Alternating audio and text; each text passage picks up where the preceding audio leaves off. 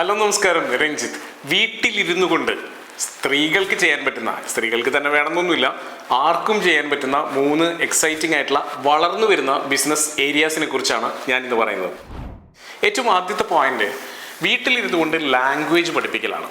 പ്രത്യേകിച്ചും regional language.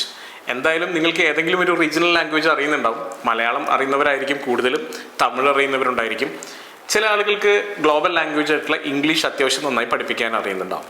ഒരു കാര്യം നമ്മൾ മനസ്സിലാക്കേണ്ടത്, ഇനിയുള്ള കാലഘട്ടത്തിൽ ഏറ്റവും അധികം ആവശ്യമുള്ള സ്കില്ലുകളിൽ ഒന്ന് ലിംഗ്വിസ്റ്റിക് സ്കിൽസാണ്. ലാംഗ്വേജ് നന്നായിട്ട് ഉപയോഗിക്കാൻ കഴിയുന്ന ഒരാൾക്ക് ഒരുപാട് സാധ്യതകൾ ഇനിയുണ്ട്. പിന്നെ മറ്റൊരു പ്രത്യേകത, മലയാളമൊക്കെ ഫോക്കസ് ചെയ്യുകയാണെങ്കിൽ ഇപ്പം മലയാളികൾ നമുക്ക് അറിയാം, കാനഡയിലും US ലും UK യിലും ഓസ്ട്രേലിയയിലും ന്യൂസിലാൻഡിലും ഒക്കെ ഒരുപാട് ആളുകൾ ഉണ്ട് എന്നുള്ളത് അറിയാം. അപ്പം നമ്മൾ ഇവിടുന്ന് പോയിട്ടുണ്ടാവുക.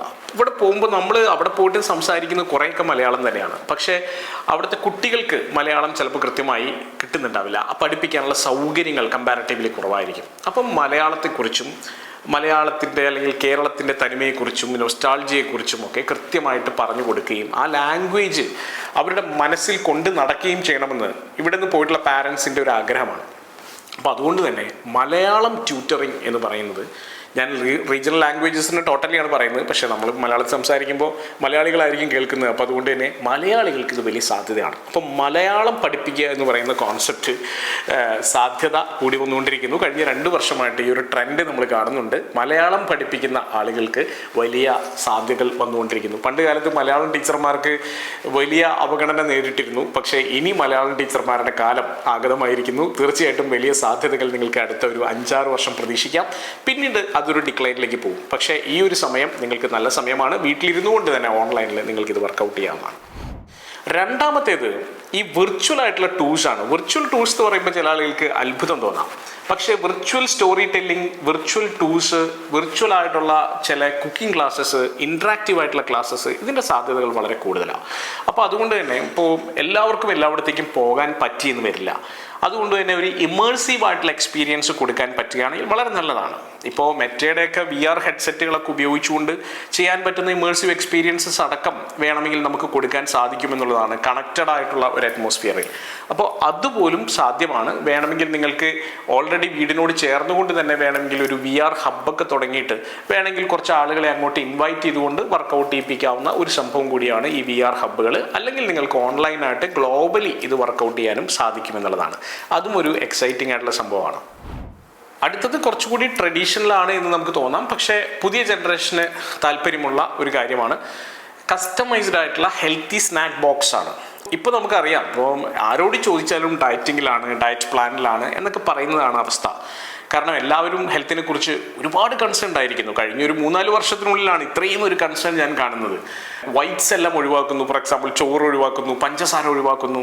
എനിക്ക് തോന്നുന്നു ചെറിയ കുട്ടികൾ പോലും ഇത് ശീലിച്ചു തുടങ്ങിയിരിക്കുന്നു. ആളുകൾക്ക് എന്താണ് ഹെൽത്ത് എന്നും ഹെൽത്തി ആയിട്ടുള്ള ഐറ്റംസ് എന്താണെന്നുള്ളതൊക്കെ ആൾക്കാർക്ക് മനസ്സിലായിട്ടുണ്ട്.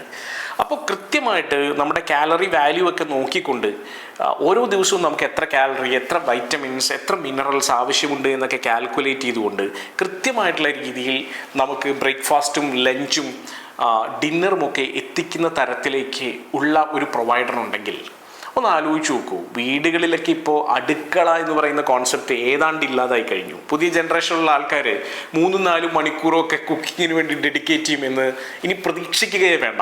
കാരണം സത്യം പറഞ്ഞാൽ എൻ്റെ പേഴ്സണൽ ആയിട്ടുള്ള ഒരു ഒപ്പീനിയനിൽ കുക്കിംഗ് എന്ന് പറയുന്നത് ഒരു സ്കാമാണ്.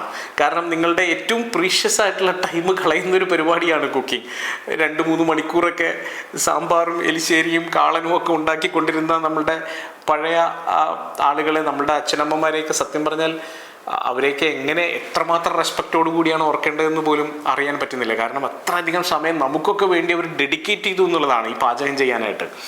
അപ്പോൾ അത് വളരെ ഇൻസ്റ്റൻറ്റേനിയസ് ആയി മാറിയിരിക്കുന്നു. പുതിയ കുട്ടികളൊന്നും അതിലേക്ക് പോകാനേ വഴിയില്ല.